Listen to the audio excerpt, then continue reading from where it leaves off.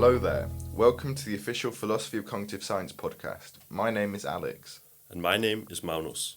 We are two cognitive science students from Aarhus University who have set out on an adventure to make philosophy easier to digest, specifically targeting philosophy of cognitive science. You may be wondering how we're going to improve your philosophy learning experience, but let Magnus explain this. So we're using cognitive load theory in our podcasts by implementing research-backed techniques that have been extensively studied. For more information on the science behind our podcasts, you're more than welcome to read our research paper.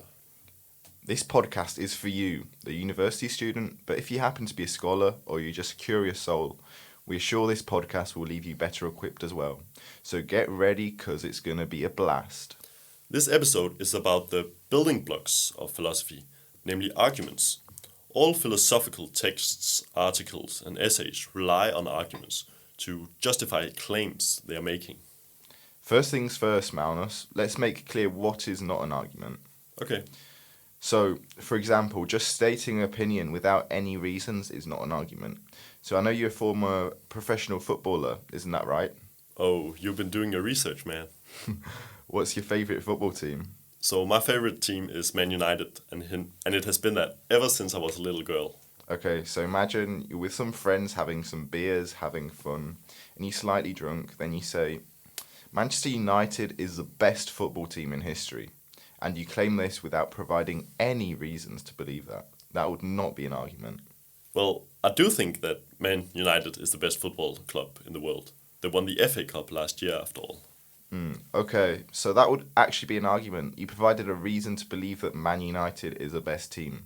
The implicit premise there is that the best football team is the one that wins the FA Cup, but I'm not convinced it is a good argument. But why is that not a good argument? Well, as he said, Man United won the FA Cup last year, but they came 8th in the Premier League. So how can you claim they're the best team in the world? Come on, man. We have more Premier League titles than anyone else. Okay, so they might have performed well in the past, but that doesn't mean they're currently the best. That is not a valid argument. Look, you bugger. If you carry on like this, I'm gonna slap your ass. Let me tell you that verbal fight is not a valid argument. Well, tell me, lad, who do you support? Well, I'm personally a Nottingham Forest fan. You're saying Man United is a bad team, but Nottingham Forest has won shite in 30 bloody years. Them halfwits can't even kick the ball properly. Actually, verbal abuse is not a valid argument either. What the hell are you talking about? It's perfectly valid. I'm afraid that swearing is not a valid argument. Being a moron is not a valid argument. I'm just saying that you have to form an argument in a valid way. Man United is not the best team in the world because they came 8th in a national championship, which only includes England. Well, I just don't agree with you. Just rejecting someone's argument without providing any reasons is not valid either. You're so annoying, you know. Well, expressing what you feel is not valid in an argument either. Whatever, you stinky rascal. I'm completely fed up with this podcast. One more cheeky comment and I'll leave. Do you understand? You're free to leave the podcast if you wish to. Well, let me teach you a lesson, dude. Man United is definitely the best team in the world. You just don't seem to understand. In 1999, Man United destroyed so many teams and made it to the Champions League final. In the final, they faced Bayern Munich, and what a game that was. Bayern scored early, and it looked as if United were done. But then, in stoppage time, Ted Sheringham and Ole Gunnar Solskjaer scored 2 dramatic goals within minutes. The comeback was insane. The triple winning season. Premier League, FA Cup, and Champions League sealed their legacy forever. Sorry to interrupt, but you're just telling me a story, and stories, unfortunately, do not constitute arguments. That's not valid. Oh, you think you're so smart with your logic and your bloody arguments. You never even touched a bloody football in your life, let alone on a rainy Tuesday night in Stoke! Hello, dear listeners. We are back. Excuse us for the argument you just heard. Me and Magnus have settled matters, and he's cooled off now. But what you just heard is something that good philosophers tend to avoid. Magnus used an array of invalid arguments and flawed logic to argue for his cause. Yes. The main point is that you have to provide reasons for your statements, and insulting your interlocutor for being biased isn't a valid argument. And neither is insulting them. Also, just telling a story doesn't work. Did you learn anything else? Yes, I've learned that I was behaving like a moron. Okay, I'm not going to deny that. You might still think that was a waste of valuable podcast time, but actually it teaches you a valuable lesson. In an exam situation, as with philosophy and science in general, you're judged based on the quality of your arguments. So, what are arguments actually made of, Alex? Well, in everyday use, argument refers to heated or angry exchanges of views, but in philosophy, an argument has a less negative status. An argument is a reason or set of reasons given in support of an idea, action, or theory. Arguments are formed by individual statements that can either be true or false. For example, football is very popular, football is watched by billions of people, and football is played in a majority of countries over the globe. These individual statements are all true and can be put together to form an argument, i.e., we know that billions of people play football and that football is played in almost every country. Therefore, we know that football is popular. Okay, so arguments are made up of several interconnected statements, as you just said.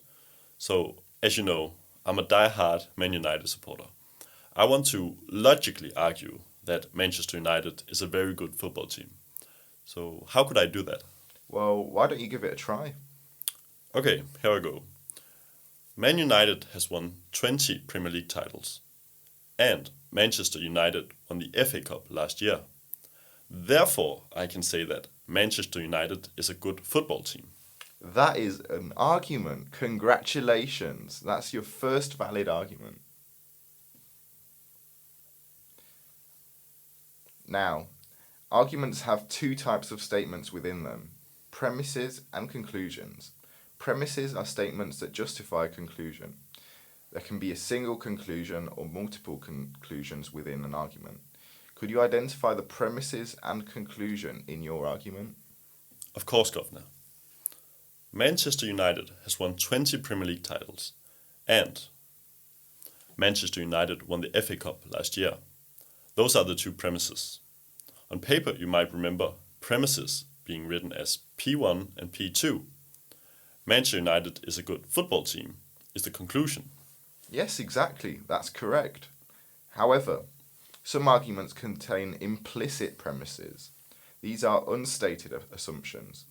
I might say the theory of evolution is wrong because it cannot explain everything. The hidden premise here is that what cannot explain everything is wrong. And of course, the assumption that evolution doesn't explain everything.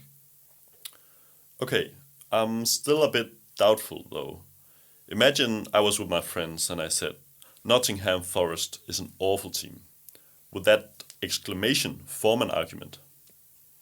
No, exclamations cannot form arguments because they cannot be said to be true or false. Thus, Nottingham Forest is an awful team cannot be part of an argument. What about, you're stupid? Well, that's another exclamation, so the same rule applies. Okay, what about questions? What if I said, how come footballers earn so much just for kicking a ball? No, questions cannot form arguments either because they cannot be said to be true or false. Therefore, how come footballers earn so much just for kicking a ball cannot form an argument. What about, which is the best football team? No, that cannot be an argument. It's a question. You got me thinking now, Alex. What about commands? Can they be an argument? No, commands cannot be arguments because, once again, they cannot be said to be true or false. So if I said, shut up, to one of my friends when having a heated football argument, would that be valid? No, that's a command, Magnus. Wow, okay, I think I got it. So a statement can only be an argument if it can be said to be true or false. Questions, exclamations, and commands do not fulfill this criterion. Yes, precisely. Just follow this simple rule. Can this statement be said to be true or false? Let's go through some examples. Let's start with this one. Gravity attracts objects. Would this statement be a valid argument? Well, Alex, you know, football is my field of expertise. What about a football example instead of gravity? Oh, come on. Give the gravity example a shot. Okay. Well, yes, I think so. Gravity attracts celestial objects like planets, for instance. So that statement is true. Correct, Magnus. What about this sentence? How many scientists support that view? Well, no, that's a question, so it's not a valid argument.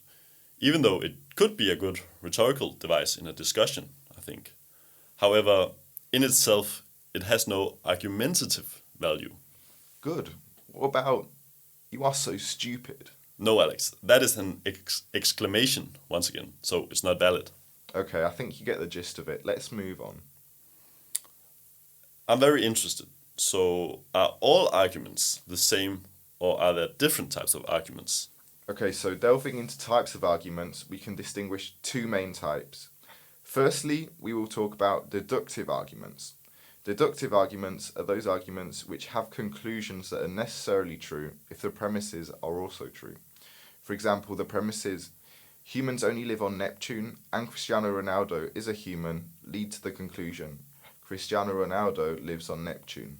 As we can see, the structure of this argument is valid. It is logically valid.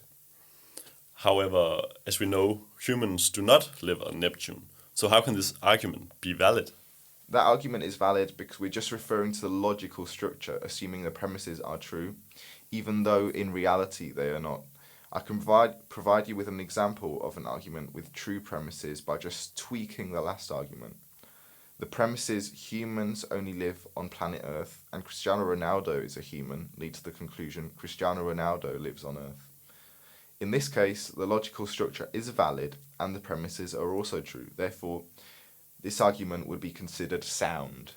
Wow. So, there is a distinction between the validity of the logical structure and the truthfulness of the argument. An argument can be logically valid even if the premises are completely false. I guess I really hadn't thought about it that way before. That seems crazy.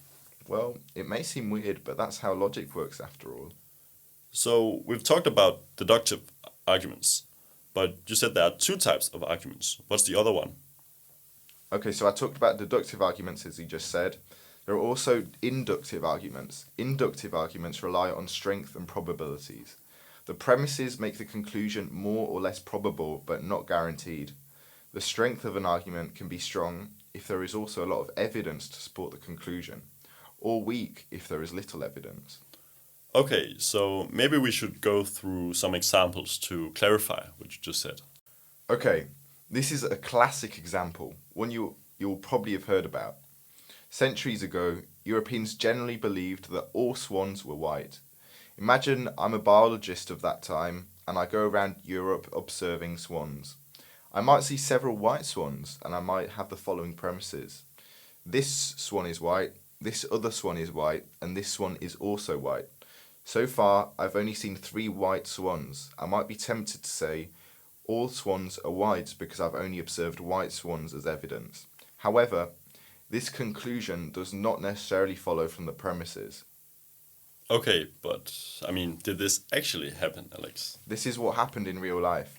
Thomas Cook set out on an adventure and arrived in Australia in 1770, discovering there are also black swans.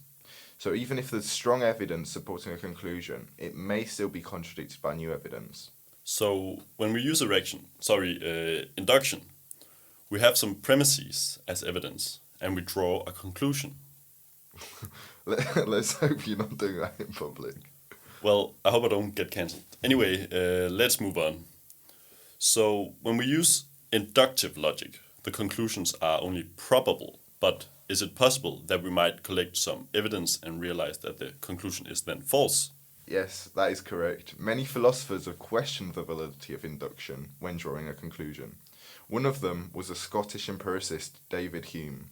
So whenever you think of the problem of induction, just think of the Scotsman David Hume. I like to come up with my own example. Of course, it has to be a football example. So we are tracking the performance of footballers in a specific team. So say player 1 has scored many goals and is really good. Imagine player 2 is also really good. Then say player 3 is super good as well. We have looked at 3 players and they're all really good. Could we then use induction and conclude that all the players in this football team are really good? However, this may not be true. Maybe the rest of the players are not that good. Exactly. Okay, so what now? We're going to talk about conditional statements. What on earth are conditional statements? Well, a conditional statement is typically defined as an if-then statement, meaning that there's an antecedent and a consequent attached to it, or dependent on it. What would be an example of this? If you score more goals than your opponents, then you win the match. Here the sentence, if you score more goals than your opponents, is the antecedent, whereas then you win the match is the consequent. Okay, that seems straightforward, but how do we apply logic to these conditional statements? Well, there are multiple ways, but to keep things simple, I will only explain the two basic forms of logical operations. The first one is modus ponens. Modus ponens goes as follows. We have a conditional statement like the one I mentioned before. If you score more goals than your opponent, then you win the match. And we have another positive statement. For example, we have scored more goals than our opponent. From this, we can infer that we will win the match. So essentially, we know that the condition is true, so we can infer that the result is also true. Okay, dear listeners. So we have an if-then conditional statement. We know that the if part of the conditional statement is true. So we know that the then part is also true. Yes, perfect. Let me try now. So using the football example, if you score more goals than your opponent, then you win the match. So it goes like this. We have not scored more goals than our opponent, but it is still valid to say we will not win the match, or is that true? No, I'm afraid not. You just provided us with an example of a negation of the antecedent. This is not valid. This is because we can't determine that the antecedent being false necessarily leads to the consequent being false. So even if you've scored less goals than your opponents, you may still win. Imagine the other team gets disqualified, maybe. Okay, understood. I will go on to the second one. It is called modus tollens. So if we use the football example, if you score more goals than your opponent, then you win the match. And we know that we will not win the match. We can infer that we have not scored more goals than our opponent. So we know the result is false if we can infer that the condition is also false. Okay, dear listeners, remember this. The then part of the conditional statement is false. So we know that the if part is also false. Exactly. So using the football example again, we know that we will win the match. Then is it valid to say we have scored more goals than our opponents? No, that is not correct. That is not valid. It's an affirmation of the consequent. Imagine that you win a match just because your opponents have been disqualified. There could be other causes that could explain why you're going to win. I get it. Maybe the referee accidentally awards you the match for a totally random reason. Maybe for being charming. Yeah. Okay, so basically you have to be careful when using logic.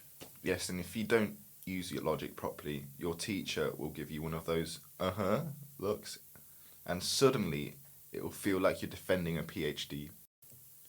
So now you know, kids. Use valid logic and you will have fun in the exam.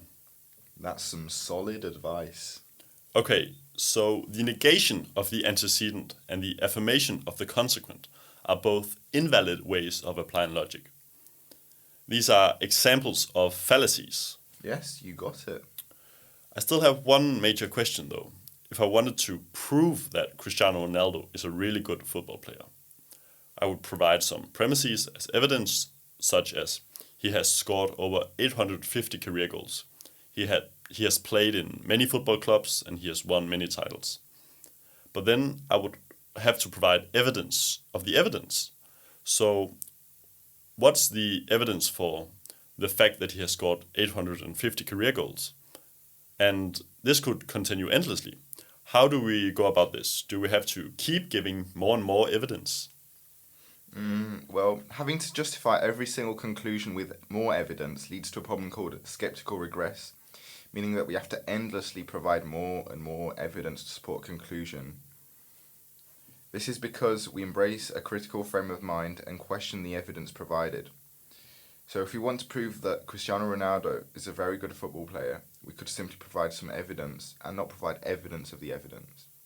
In most philosophy texts, therefore, authors usually start with a certain assumption to base the rest of their reasoning on, omitting an infinite loop of justification. For instance, An assumption of computationalism in cognitive science is that the mind works performing computations like a computer. So theoretically, we could justify arguments infinitely, but we tend to avoid that for practical reasons. Yes, and there are three ways of avoiding skeptical regress. These are assuring, guarding, and discounting. Okay, what does assuring imply? Assuring basically means that you make it seem like there are good reasons to believe something. There are different ways to do this. What are they? Well, you could cite an authority. For example, you could say the FIFA reports that Cristiano Ronaldo is a very good football player. Essentially, by citing the FIFA, International Football Association, you are trying to reinforce the argument. So we mentioned some allegedly trusted or well-known authority, in this case a football association, to support our argument. Yes, that is the essence of it. In scientific contexts, it would be more common to cite a scientific authority, though. For example, this medical association argues that Alzheimer's effects could be delayed with effective treatment. Okay. Assuring can also be used by commenting on the strength of the belief. For example, you could say, I really believe that the prefrontal cortex is involved in higher order cognitive functions. In this case, I'm using I really believe to support the argument. Okay, so I could say, I am totally certain that Cristiano Ronaldo is better than Messi. Yes, exactly, although that would be a non-scientific example. Okay, what about guarding? Guarding basically means that we reduce or weaken the argument we are making to make it harder to be criticized. Let's illustrate using examples. So imagine I say, all scientists reject psychoanalysis because it is an erroneous theory within psychology. So there you're saying that the totality of scientists reject psychoanalysis.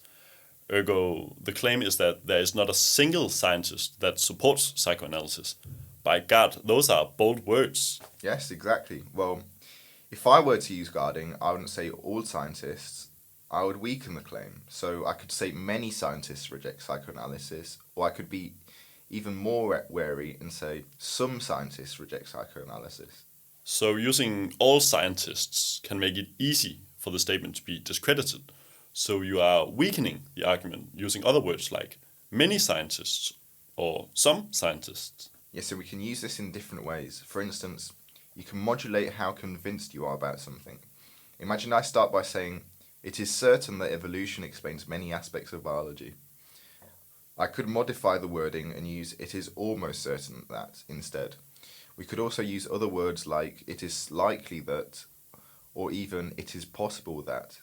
You can see that I gradually decrease the boldness of the argument, can't you? Yeah, I can. Cool. Well, you can also apply it to personal beliefs, so I could say, I know that the mind works like a computer. The argument is very bold, once again. So I could say other things instead, like I believe, I suspect, etc., so that it's harder to criticize the argument. I'm going to tell you about the last of the three ways to avoid the skeptical regress. This one's called discounting. What is that about? Well, basically, you cite a potential criticism and you preemptively counter it using an argument. Okay, so how could you use that? Don't you want to try to give me an example? No, I am completely clueless, to be honest. You give it. Okay, then I'll give you an example. So if you want to protect the argument, Cristiano Ronaldo is a very good football player because he scored many goals and has many titles. You could add, although Cristiano Ronaldo is fairly old, he is still a good football player. So essentially, you anticipate potential criticisms, different words can be used. For example, but, although, even though, despite, nevertheless, among others. Let me try now.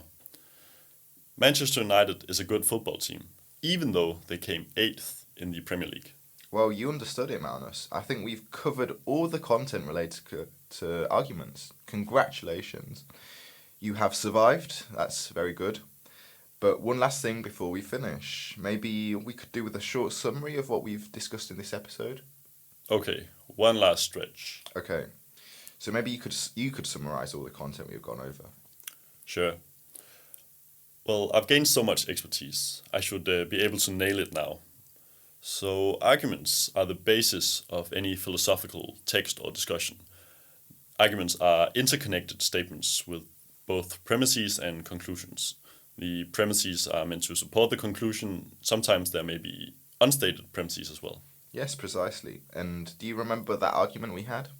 Yes, I remember you taught me some things that are not arguments, like swearing, insulting, telling a story, mere opinions, and expressing emotions. Yeah, perfect. And what did you learn after that? Well, I learned that questions, exclamations, and commands are not arguments either. Then we talked about deduction and induction. Deduction is used to infer conclusions that are necessarily true, while induction relies on strength and probabilities. Exactly. Well, then I learned about conditional statement and two simple logical operations, modus ponens and modus tollens. In modus ponens, we know that the antecedent is true, so we know that the consequent is also true. In modus tollens, we know that the consequent is false, so we know that the antecedent is also false. We also discussed two types of fallacies. Yeah, correct. We discussed skeptical regress, meaning that we could theoretically enter an infinite loop of justification. So we talked about 3 ways of avoiding skeptical regress. Yes, so what are they? They are assuring, guarding, and discounting. Assuring means that we cite an authority or emphasize our conviction. And guarding means that we make our statements less bold, so that it's harder to criticize our claims. Discounting means that we cite a potential criticism beforehand and dismiss it. I think that's about it. Yes, you've gone through everything. Well done. Before we finish for real, I'd like to thank you for all this knowledge about arguments. I am profoundly grateful. Now I can go around saying that Manchester United is a super good football team. I can make my friends become Man United fans as well, because I can form proper arguments now. Yeah, that's true. Well, it's been a pleasure. But wait, I've just received a message from the gods of philosophy. They told me that you must listen to the next episode. Otherwise, you'll never get a paper published. Not a single published paper in your lives. No pressure. Yeah, so now you know. Go and listen to the next episode. See you in the next episode.